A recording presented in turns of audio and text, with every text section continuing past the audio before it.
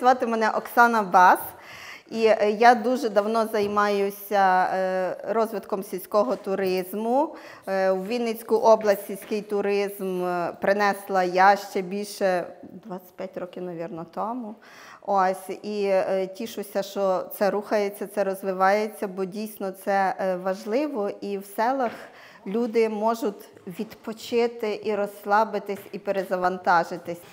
І я сьогодні тут як керівник громадської організації «Інформаційно-аналітичний центр компетенцій галузі сільського туризму».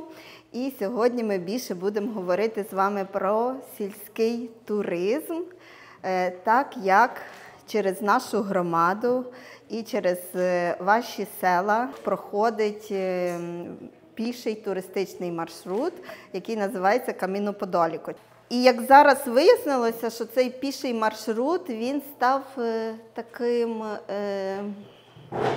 як реабілітацією. Да, і цей проєкт, він відбувається за підтримки такої спілки всеукраїнської, це бізнес-мережа сільських жінок.